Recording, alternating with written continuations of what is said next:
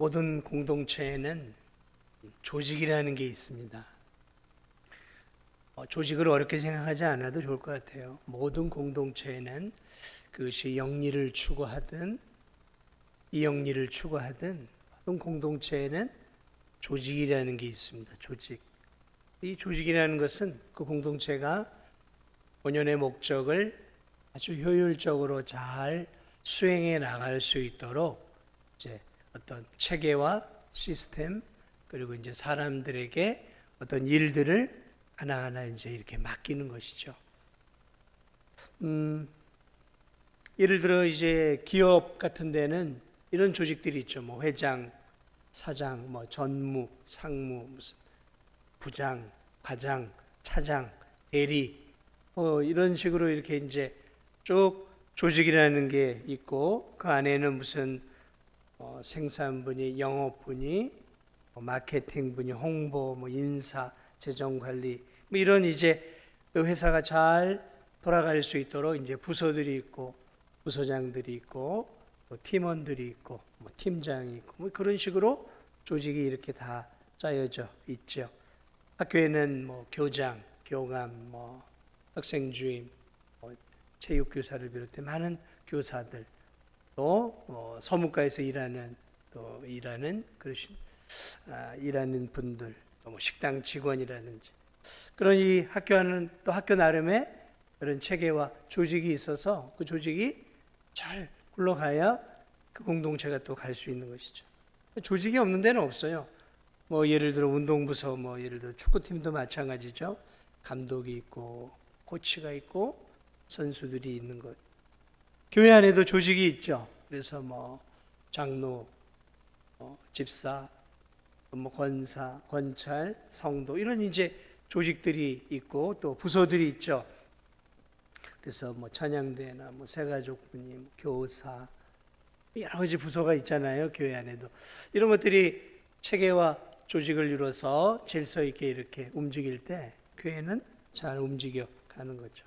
심지어는 뭐 이런 조그만한 우리가 바깥에서 이렇게 운동하는 취미 공동체 같은 데도 회장도 세우고 또 총무도 세우고 또 뭐 회비 내면 회비 관리하는 회계도 한 명 세우고 뭐 그러면서 어느 조직이든 간에 몇 명이 모이면 그 안에는 반드시 조직이라는 게 이렇게 생겨나는 것이죠. 질서를 위해서 공동체의 원활한 그런 어떤 활동을 위해서는 반드시 조직이라는 게 필요하죠.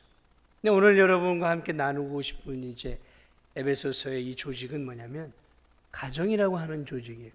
가정이라고 하는 공동체를 이제 여러분과 좀 몇 주를 걸쳐서 이렇게 좀 나눠보려고 합니다. 가정이라고 하는 이 공동체, 가정이라고 하는 공동체는 인간이 세운 공동체가 아니죠. 하나님이 세운 공동체 두 개가 있다고 제가 늘 말씀을 드리는데 하나님이 세운 유일한 공동체 두 개. 하나는 가정 공동체고 또 하나는 교회 공동체예요. 이건 신적인 공동체입니다. 신적인 공동체. 왜냐하면 하나님이 세웠거든요. 근데 또 그 중에서 가장 우선이 뭐냐? 가정 공동체, 가정 공동체. 이 신비한 공동체입니다. 인간이 만든 게 아니에요. 신이 만드셔서 조직하셨어요. 교회도 마찬가지입니다. 그러니까 이 공동체는 굉장히 신비하고 아주 깊은 의미들이 너무 많은 공동체예요, 사실은. 그래서 오늘 그런 부분들을 이제 여러분과 함께 좀 몇 주에 걸쳐서 이 가정이라고 하는 이 신비한 공동체에 대해서 우리가 좀 함께 좀 나눠 보려고 합니다. 자, 가정 공동체에도 조직이 있죠. 부부라고 하는 이제 조직으로 시작이 되죠. 남편과 아내, 남자와 여자의 결혼이라는 것들을 통해서 이제 가정이라는 공동체가 세워지도록 하나님이 만들어 놓으셨죠. 그리고 이제 아내는 이제 남편의 역할, 아내의 역할, 또 태어나는 자녀는 자녀의 역할들이 있죠. 그래서 아버지, 어머니, 부부, 그리고 자녀 하나의 공동체죠. 이 안에, 이 가정 안에 사실은 삼위일체라고 하는 신비한 하나됨의 공동체가 이 가족 안에 사실은 있어요. 다 개개인이지만 사실은 한 몸이잖아요. 한 몸이죠. 아내와 남편, 남편과 아내, 그리고 거기서 사랑으로 태어난 자녀. 삼위일체의 어떤 우리가 생각해 볼 수 있는 부분들이 많은 거예요. 그래서 삼위일체를 생각할 때 하나의 한 몸이라고 하는 그 공동체를 우리가 생각해 볼 때니 가정 공동체를 생각해 봐야 돼요. 자, 어쨌든 이 가정 안에서 역할들이 있어요. 아버지는 아버지의 역할이 있고, 아내는 아내의 역할이 있고, 남편은 남편의 역할이 있고, 이런 이제 어머니는 어머니의 역할이 있고, 자식들은 자식들의 역할들이 있죠. 그래서 아버지의 큰 역할은 가정의 울타리가 되어주는 거죠. 울타리가 되어줘서 가정을 보호하고 지키고 가정 경제를 책임지는 거죠. 어머니의 역할은 전통적으로 이제 가정의 그 울타리 안에서 살림을 책임지는 그런 이제 내적인 안주인의 역할이라면 남편은 바깥 주인의 보통 그런 얘기를 하는데 그렇게 이제 역할 분담들이 있는 것이죠. 자, 그런데 오늘 이제 바울이 오늘 본문에서 이렇게 얘기합니다. 아내들이여 자기 남편에게 복종하기를 주께 하듯 하라. 이 말씀을 이제 전통적으로 가정해 주는 굉장히 귀한 진리인데 이 말씀을 시대가 흐르면서 이제 여권들이 신장하면서 여성들이 또 교회를 다니는 여성들 가운데 특히 많이 배운 여성일수록 이 하나님의 말씀을 그렇게 썩 달가워하지 않아요. 달가워하지 않습니다. 아니 지금이 남녀 평등 시대이고 요즘은 여자도 교육들을 많이 받고 심지어 남자보다 교육을 더 많이 받는 그 시대. 동등한 인격인데 아내가 남편에게 복종하라니 웬 말인가? 이게 이제 그렇게 접근을 해 들어가는 사람들이 교회 안에도 이제 막 생길 수 있다. 여기 계신 분들 가운데도 왜 우리가 남편에게 복종을 해야 돼? 동등한데. 그러면서 그런 생각을 하고 계시는 분들이 계시다면 그럴 수 있겠죠. 언뜻 들을 때는 지금 21세기 자유민주주의 시대고 여성의 권리가 향상된 시대이고 지금은 도리어 가정 안에서 여성이 더 주도권을 잡아가는 그런 시대에 살고 있는데 오늘 성경은 왜 이렇게 시대착오적인 발언을 하고 있는가라고 생각할 수도 있는 분들이 있을 수 있습니다. 그러나 사랑하는 여러분, 오늘 우리는 성경에 기록된 내용을 보고 있는 거예요. 일반 역사책이라든지 무슨 어떤 저명한 저자가 쓴 것이라면 얼마든지 우리가 토를 달고 그 부분을 반박할 수 있겠지만 오늘 이 말씀은 하나님의 말씀이 하나님 말씀이죠. 그러므로 그런 부분들에 대해서 하나님 말씀이고 진리라고 한다면 우리는 그 부분에 겸허한 마음으로 왜 하나님이 이런 말씀을 우리에게 주셨는가 깊이 상고해야 돼요. 우리의 짧은 이성과 지식을 가지고 하나님의 이 깊고 넓은 하나님의 권위와 말씀을 우리가 재단하는 것은 그건 죄예요, 죄. 그러므로 이해가 언뜻 안 되는 하나님의 말씀들이 우리에게 주어질 때마다 왜 이래? 라고 하기보다는 도대체 하나님은 어떤 의도로 이런 말씀을 우리에게 주셨는가 겸허하게 생각하면서 기도하고 연구하고 생각해야 되는 거예요. 그것이 진리 앞에 겸손하게 진리 앞에 무릎 꿇는 성도의 자세예요. 자, 그러므로 우리가 성경을 하나님의 말씀으로 진리라고 믿고 있다면 우리들은 이 말씀이 어떤 뜻으로 하나님이 우리에게 주셨는지를 조금 더 깊이 있게 생각해 봐야 하는 것이죠. 그러니까 성경 전체를 통해 이 말씀이 의도하는 의미를 찾아내야 하는 것이죠. 단순하게 시대의 흐름으로 성경을 판단하는 것이 아니라 성경 전체를 통해 하나님의 뜻을 찾아내야 하는 거죠. 자, 여러분 여기 이 진도에도 모르겠습니다.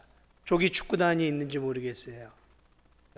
이 도시나 이런 데들은 다 아침에 이른 아침에 이제 조기 축구단 같은 게 있어요. 그래서 아침에 일찍 5시든 6시든 이렇게 모여가지고 대개 이제 이렇게 장사하는 분들 위주로 많이들 모이죠. 그래서 이제 1시간 정도씩 이게 축구도 하고 운동도 하고 다른 팀 가도 이제 경기도 한단 말이죠. 자, 그런데 여러분 동네 조기 축구단이 있어요. 선수들이 한 11명이 있잖아요. 골키퍼를 포함해서 11명이죠. 자, 여러분 여기 계신 분들 다 축구 좋아하시리라고 생각합니다. 월드컵 4강 신화를 우리나라가 이루어 놓은 뒤로 남녀노소 할 것 없이 이제 축구를 다 좋아한단 말이죠. 자, 11명의 선수들이 여러분이 경기장에서 뛸 때 제멋대로 경기를 모르는 사람들은 선수들이 다 제멋대로 뛸 거라고 생각을 해요. 그러나 여러분 조금만 룰을 알고 축구라고 하는 경기를 알면 절대로 선수들이 제멋대로 뛰지 않습니다. 다 자기 포지션이 있어요.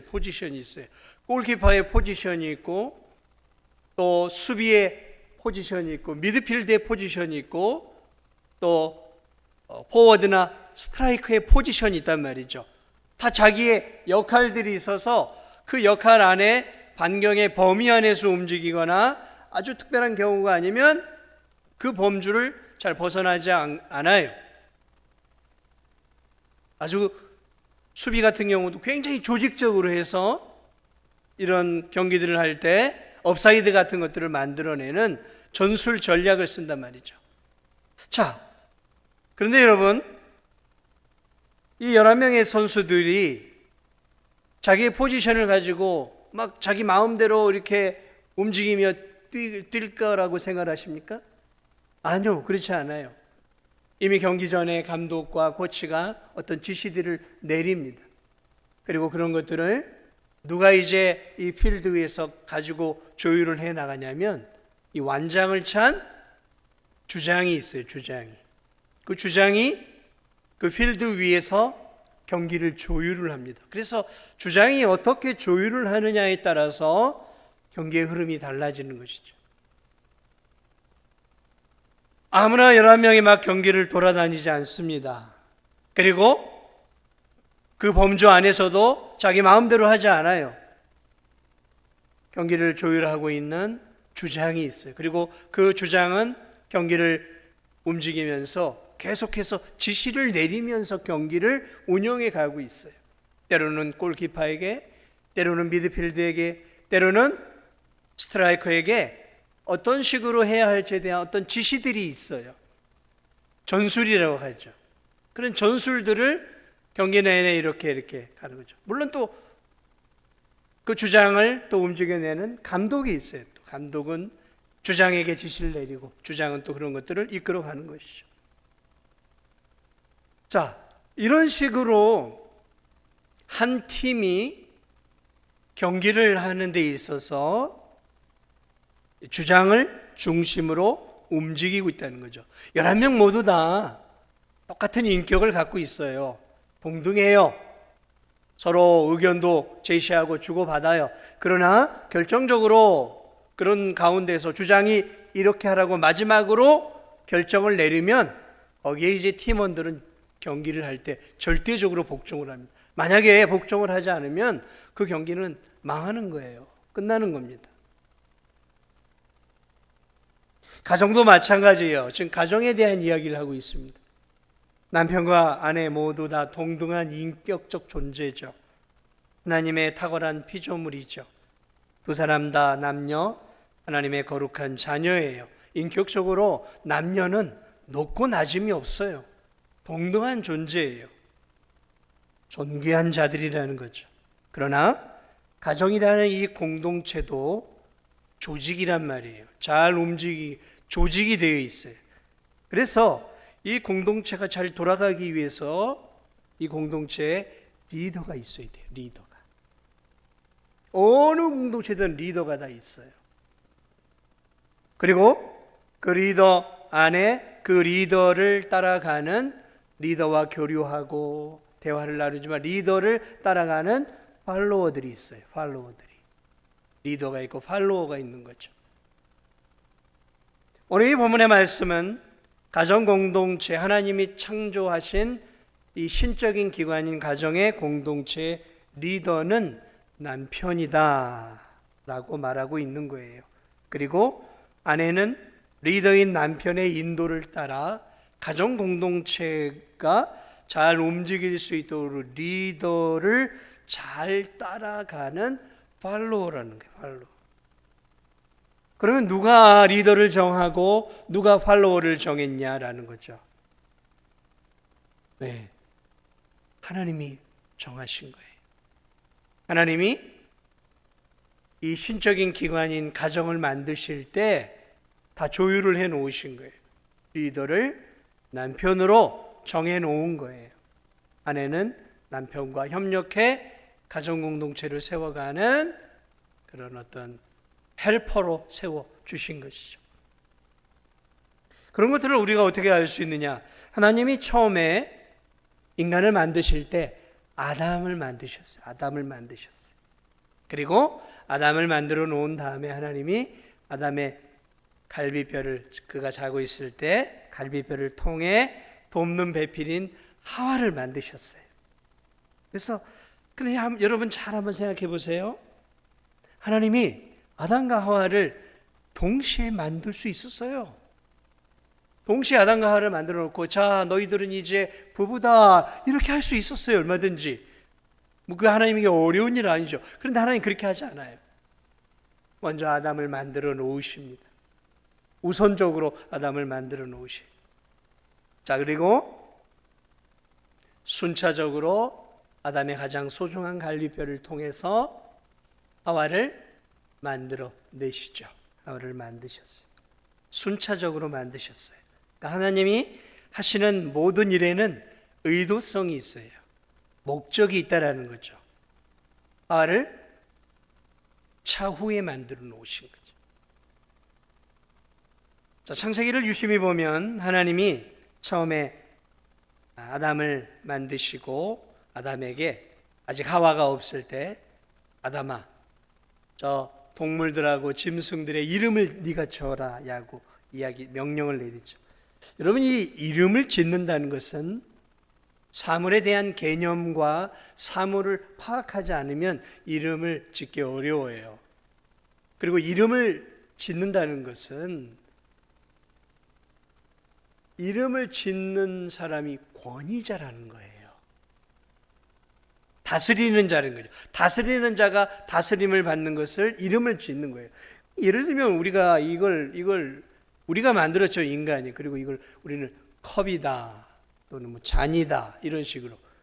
그러니까 권위자가 이름을 주는 거예요. 권위자가. 리더가 이름을 주는 거라고요. 권위를 행사하는 거예요. 이름을 짓는다는 것은. 자, 아담이 하나님의 대리 통치자가 되어서 세상의 것들의 이름을 짓는 자가 됐어요. 그러니까 왕이 된 거예요. 인류의 왕이에요. 왕이라는 의미예요. 이름을 주는 권위자예요. 자, 이름을 짓고 난 다음에 이제 하나님이 잠을 자게 해서 갈비뼈를 통해 하와를 만들어서 데려와요. 그때 아담이 뭐라고 얘기했냐면 이는 내 살 중에 살이요 뼈 중에 뼈다 그래요. 살 중에 살이요 뼈 중에 뼈는 뭐냐면 네가 나를 통해 내게서 나를 통해 만들어졌구나. 그러니까 너는 나구나라는 진리를 알게 되는 거죠. 그러면서 네가 남자를 통해서 만들어졌기에 너의 이름은 여자다라고, 하와라고 아담이 하와에게 이름을 줘요. 아담이 하와에게 뭘 줬다고요? 이름을 줬다고요. 그럼 누가 권위자예요? 가정공동체? 하나님이 만드신 거예요. 그래서 이 가정공동체에 남녀가 동일한 하나님의 형상이지만 하나님이 이 가정 안의 질서를 위해 리더를 세우신 거예요. 그래서 아담을 만드셨고 아담으로 하여금 하와의 이름을 짓게 하셔요. 이름을. 그래서 그 공동체의 리더가 누구인지, 그 공동체를 이끌어가는 지도자가 누구인지를 처음부터 세워주신 거예요. 자, 그리고 하와는 이제 남편을 도와서 그 가정을 세워가는 이제 조력자, 헬퍼의 역할이죠. 헬퍼. 이거를 히브리 말로 하면 보혜사라는 말이에요. 보혜사. 여러분, 이 성령을 보혜사라고 얘기하거든요. 그게 무슨 뜻이냐면 성령을 영어로 하면 헬퍼예요. 헬퍼. 성령을 헬퍼라고. 헬퍼. 우리를 도우시는 분이 성령 하나님이라는 얘기예요. 그럼 남편, 가정 안에서 남편을 돕는 이가 누구냐? 아내라는 거예요. 낮음의 의미가 아니라는 거예요. 협력자로 세워주셨다는 거예요. 협력자로. 우린 자꾸 높고 낮음의 개념으로 생각하는데 높고 낮음이 아니 헬퍼예요. 헬퍼. 협력자예요. 협력자. 조력자죠. 그러나 그럼에도 그 가정에 그런 리더와 헬퍼는 구분되어 있다는 것이죠. 이처럼 하나님은 가정이라는 공동체에서 아담을 리더로, 조직으로 치면은 팀장으로 세우신 거예요. 팀장. 축구로 치면 주장으로 세우신 거예요. 그 가정의 주장으로, 팀장으로 세우는 것이라는 거죠. 자, 그런데 이게 깨졌어요. 언제 깨졌냐? 잘 보십시오. 인류 최초의 타락을 보면 마귀가 이제 뱀 속에 들어가서 하와를 유혹하죠. 리더십은 아담이거든요. 리더는. 근데 하와를 공격을 하죠. 근데 이 하와가 뱀이 그렇게 유혹을 했으면 리더가 누구예요? 아담이란 말이죠. 그러면 오르르 아담에게로 와서 아담, 저 뱀이 이렇게 제안을 하는데 우리 어떻게 하면 좋겠어요? 나는 굉장히 마음에 드는데 리더인 당신은 어떻게 생각을 하십니까? 라고 물어야 되는 게 이게 정상적인 가정의 모습이에요. 그런데 묻지 않아요. 묻지 않습니다. 남편의 주도권을 유혹에 빠져 하와가 남편의 주도권을 인정을 하지 않아요. 만약에 그 여인이 남편에게 나왔다면 문제는 달라졌을 거예요. 그런데 그렇지 않았어요. 하와는 남편을 돕는 배필이라는 것을 그 유혹을 통해 순식간에 잃어버렸어요. 그래서 그것을 가정의 주도권을 가지고 있는 남편의 허락을 받지도 않고 바로 그것을 먹고 자기가 주도권을 가지고 남편에게도 이거 먹으면 눈이 밝아져 하나님처럼 됩니다 하고 남편이 발휘해야 될 주도권을 행사를 해서 남편에게 줘요. 남녀의 역할이 여기서 바뀌어버린 거예요. 이게 타락이에요, 여러분. 이게 타락의 시작인 거예요. 주도권이 바뀌어버린 거죠. 여러분, 가정의 타락이 인류의 타락의 시작이었어요. 남편마저 죄짓게 만드는 거예요. 주도권이 바뀌어버린 거죠. 여기서부터 타락이 시작이 된 거예요.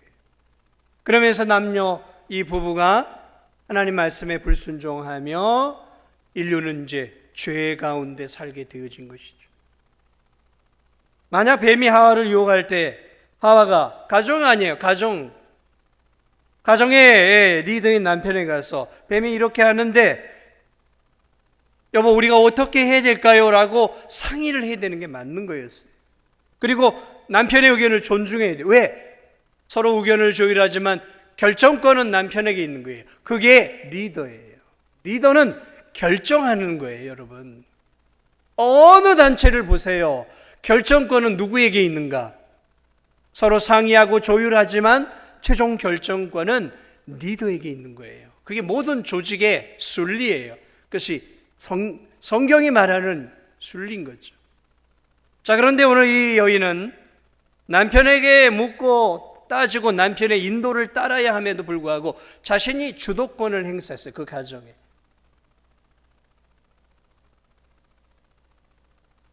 결국 타락하게 된 거죠. 그런데 이 타락을 따지고 올라가 보니까 하나님이 세워놓으신 가정의 주도권으로부터 무너진 거예요.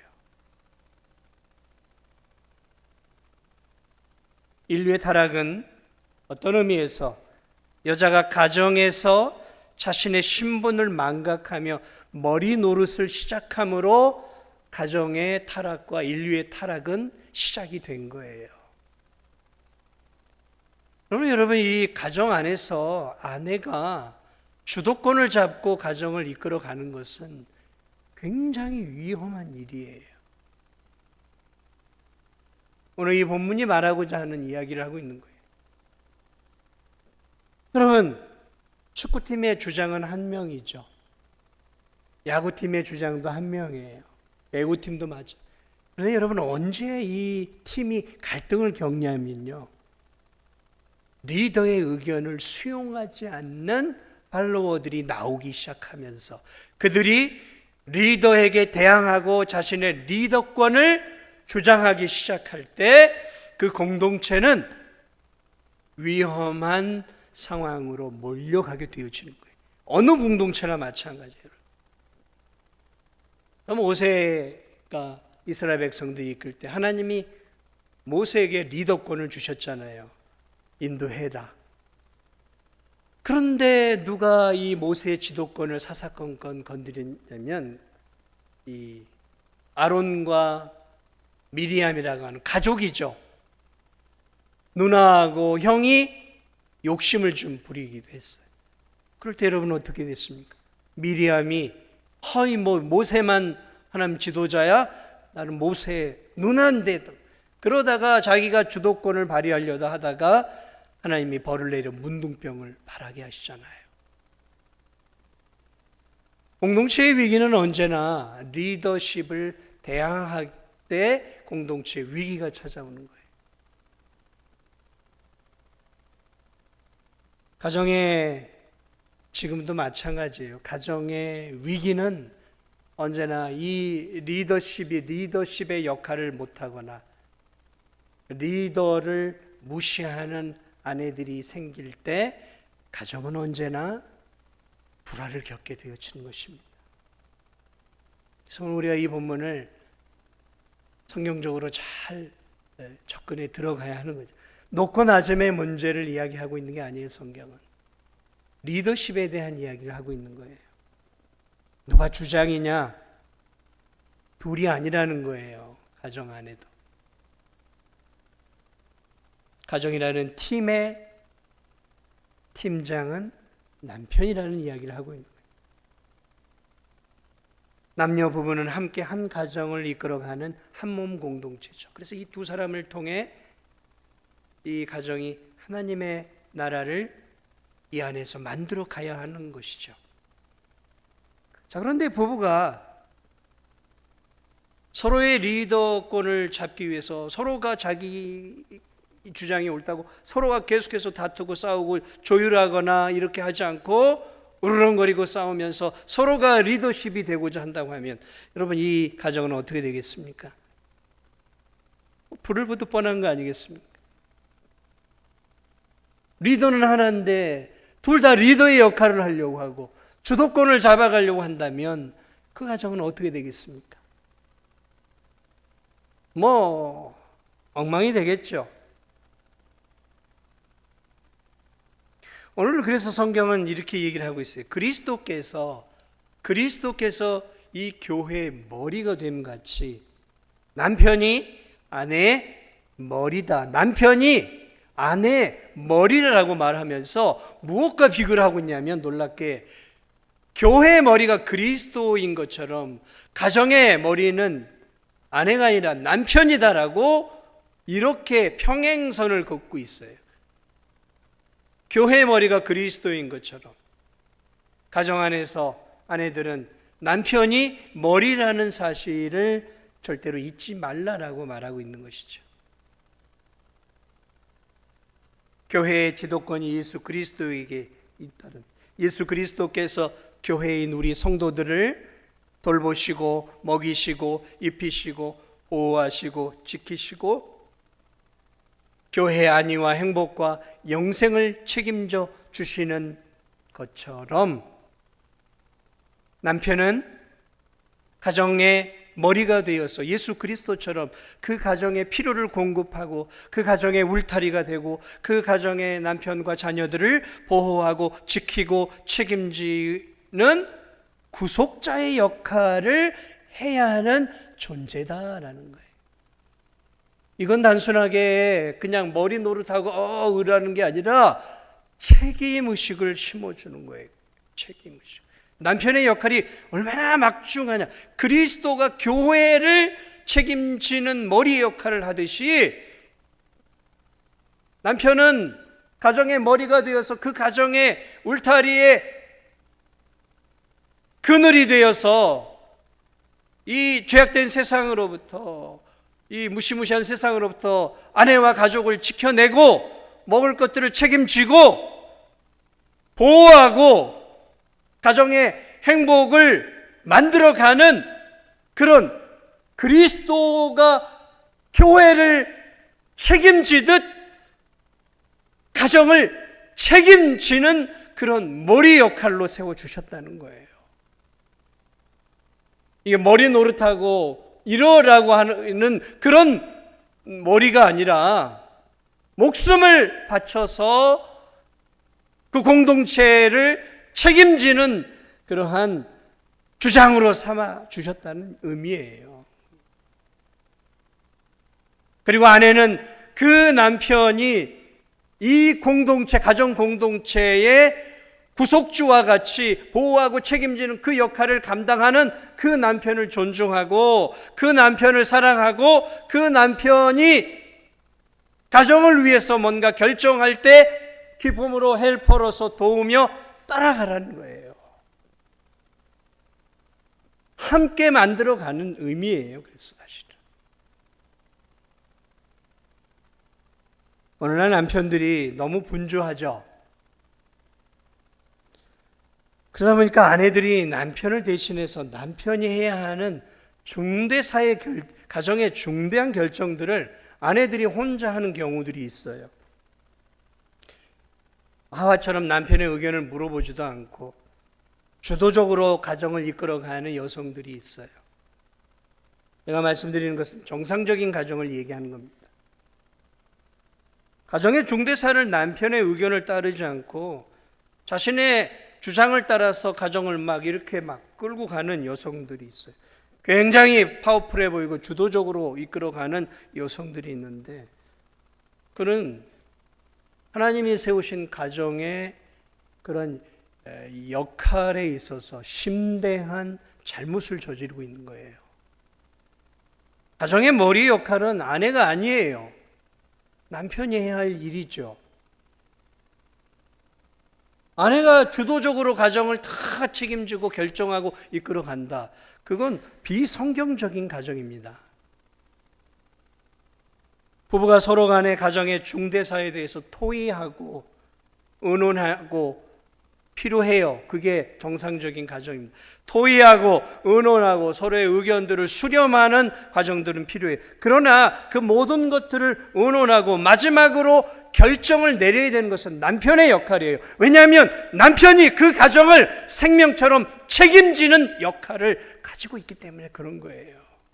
책임지는 자예요. 주장이란 말이죠. 그러니까 결정권이 있다는 것은 목숨 바쳐 그 가정을 책임지는 역할도 같이 한다는 의미예요. 그러니까 아내가 그런 것들을 잘 기억해야 됩니다. 요즘은 그냥 내 가정을 이렇게 내가 이끌어가고 아니요, 그렇지 올바른 게 아니에요.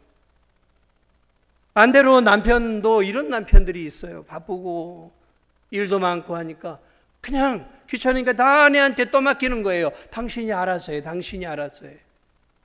물론 자잘한 일들은 아내가 알아서 해 줄 수 있어요. 그러나 남편은 돈만 벌어오면 된다라고 생각을 하고 가정에 있어서 중대사에 대한 부분들, 아이들의 교육에 대한 부분이라든지 신앙의 문제라든지 뭐 이런 어떤 그런 중대한 의견들을 결정할 때 아유 귀찮아 알아서 다 해라고 이렇게 하는 것은 남편이 남편 노릇을 포기하는 거예요. 포기하는 거예요. 돈만 잘 벌어다 주는 게 남편이 아니라 그 가정이 가정답게 되어질 수 있도록 책임감 있는 결정들을 해줘야 하는 거예요. 그게 남편의 역할이죠. 고민하고 의논하고 최종적으로는 남편이 그래 우리 이렇게 합시다 하고 결정을 해주는 거예요. 그런데 요즘에 많은 남편들은 아우 당신이 해 나보다 낫지 뭐 이런 식으로 하나님이 주신 이 머리됨의 역할들을 자꾸 축소화하고 있는 거죠. 회피하는 거죠. 여러분 이건 옳지 않은 거예요. 주님이 원하시는 가정은 그런 가정이 아니에요. 창세기를 통해 드러냈던 그 가정은 그런 가정이 아니에요.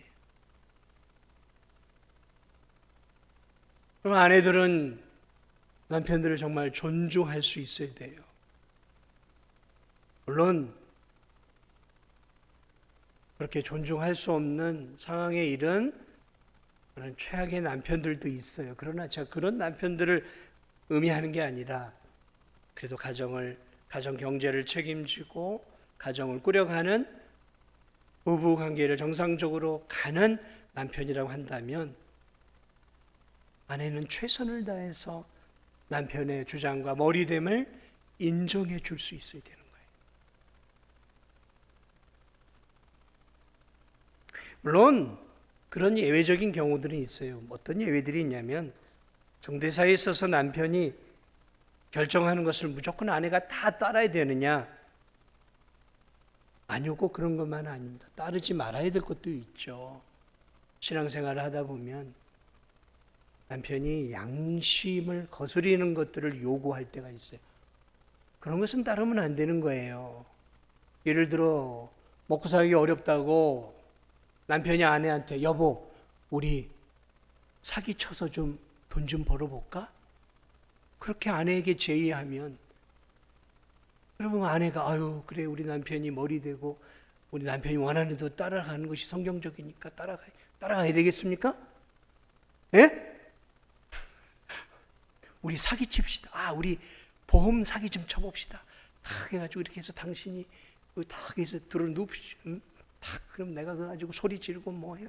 왜 그런 보험 사기들이 예를 들면 그럼 부부가 그런 막 보험 사기를 치기도 하잖아요. 아니요, 그런 건 안 되는 거죠. 남편이 아내에게 머리됨이 있지만 아내에게 도덕적이고 윤리적인 양심을 벗어나는 것들을 요구할 때는 아내가 따라가면 안 되죠. 예를 들어 믿지 않는 남편이 당신 오늘부터 교회 다니지 말어. 교회 가면 죽이 나와 밥이 나와 돈이 나와.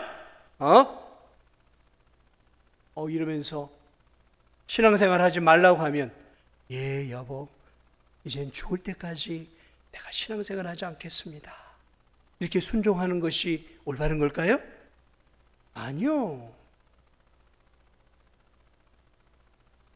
무슨 신앙의 양심을 위반하게 만드는 거예요. 그 가정의 진짜 주인은 남편 위에 하나님이란 그 가정을 세우신 분이 하나님이 더 높으신 분이란 말이죠. 근데 신앙을 저버리도록 신앙의 양심을 저버리도록 한다면 그런 것은 따라서는 안 되는 거죠. 지혜로운 방법으로 방향을 찾아가야지 그런 것은 따라가면 내가 지옥으로 가는데요. 그런 양심의 문제를 건드리는 경우에는 우리가 아무리 그것이 직장의 상사든 대통령이든 남편이든 그런 어떤 양심을 거스리도록 하는 부분들은 우리가 노라고 말할 수 있어야 되겠죠. 그러나 오늘 이 본문이 말하고 있는 부분은 그런 부분들이 아니라 양심의 범주 안에서 남편이 요구할 때 그런 부분들을 따라갈 수 있어야 된다라는 것이죠. 사랑하는 여러분, 말씀을 마무리합니다. 복종이라는 말을 우린 자꾸 불종이라는 단어로 생각을 해요. 마치 주인이 종에게 시키면 아무런 생각도 없이 그냥 바짝 엎드려서 시키는 대로 하는 거. 이건 굴종이에요. 노예가 주인에게 하는 거죠. 예수님 말하고 있는 이 복종이라는 의미는 자발성이 있어요. 자발성이. 남편이 무슨 이야기를 할 때 그것을 경청해서 듣고, 그리고 한 팀원으로서 남편의 이야기를 듣고 긍정하고, 또 남편이 하는 부분들에 대해서 특별하게 못한 부분들이 없다고 하면 인정해주고, 그 결정들을 기쁨으로 내가 팔로워로서, 가정의 협력자로서 기쁨으로 따라가 주는 것. 예수 그리스도께서 하나님 아버지에게 복종하신 것을 의미하는 거죠. 예수님이 하나님 아버지께 복종해 이 땅에 자발적으로 오셔서 십자가를 지셨던 것처럼, 아내도 그렇게 자발성을 가지고 가정의 원래의 목적들을 달성하기 위해 남편에게 기꺼이 순종하며 같이 함께 아름다운 가정을 만들어가는 것이죠. 이걸 복종이라고 얘기하는 거예요.